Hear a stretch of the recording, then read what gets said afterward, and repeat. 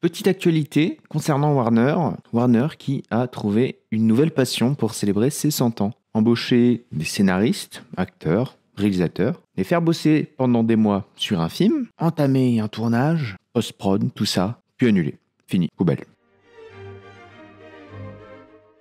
Petite présentation d'un film Looney Tunes.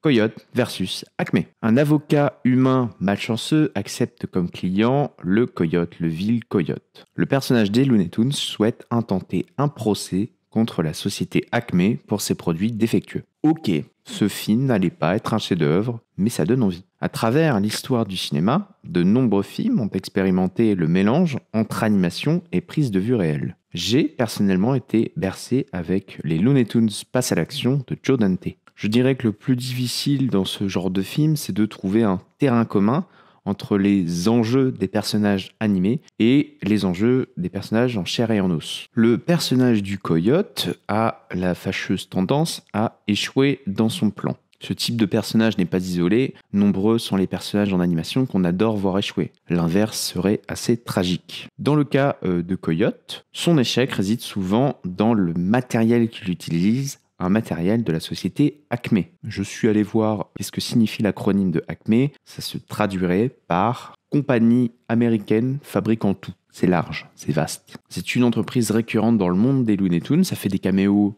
par-ci par-là, on la voit aussi dans la culture populaire. Des scénaristes ont donc eu cette idée que je trouve superbe de prendre le coyote et de le faire intenter un procès à cette entreprise. Ce qui est amusant là-dedans, c'est que Coyote utilise ses produits pour zigouiller bip bip. Donc imaginez passer d'un coyote coupable à un coyote victime, il y a un vrai enjeu là-dedans. Et donc dans le film, l'avocat qu'embauche le coyote devait être humain, et donc on partait pour un film de procès façon Looney Tunes. Niveau casting, le film devait être porté par John Cena, qui est un bon gros nom américain pour tenir le projet, d'autant plus que le projet était destiné aux plateformes de streaming. Maintenant qu'on a l'eau à la bouche, le film n'existera pas. C'est pas la première fois pour Warner qui fait ça, il y a eu un projet Scooby-Doo, le projet Bad Girl qui avait fait beaucoup parler justement par son réalisation, et bien là c'est la même, le projet est annulé alors qu'il était très avancé. Il y avait même eu des projections tests et selon les dires du réalisateur, les retours étaient même plutôt bons. Donc pourquoi ça se passe comme ça et qu'est-ce que le studio gagne dans l'histoire? Surtout que cette année, Warner se met en avant pour ses 100 ans. Niveau cadeau pour les Looney Tunes, c'est pas terrible. Pour Warner, c'est une question d'argent, d'économie, on s'en doute. Le film a coûté dans les 70 millions et quelques de dollars, et Warner cherche à faire des économies. Il dit aussi vouloir reconcentrer ses activités sur la salle de cinéma. Bonne nouvelle. Donc ne pas sortir Coyote versus Acme, c'est aussi économiser le coût de son existence. Imaginez que vous avez créé une tasse. Une fois que vous l'avez créée, il faut en faire quelque chose. Malheureusement, dans vos plans économiques de l'année, la tasse devient plutôt un boulet. Dans l'ensemble de vos projets, vous devez réussir à perdre moins d'argent.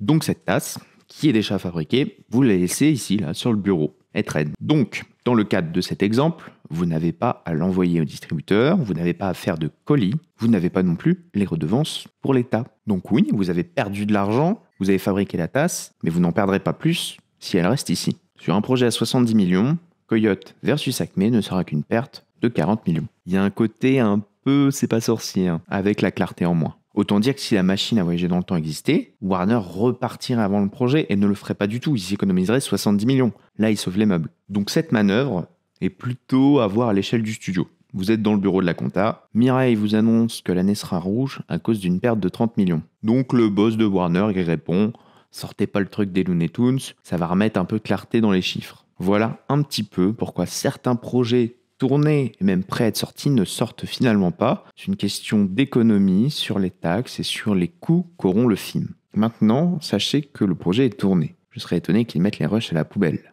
De même pour Bad Girl. J'ai du mal à me dire que ces projets qui existent ne finiront pas par débarquer.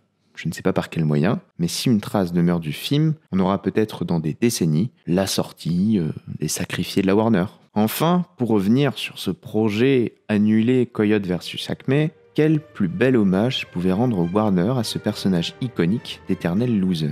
Ce n'est qu'une suite logique à son histoire, un nouveau procès à venir, encore une défaite pour le Coyote.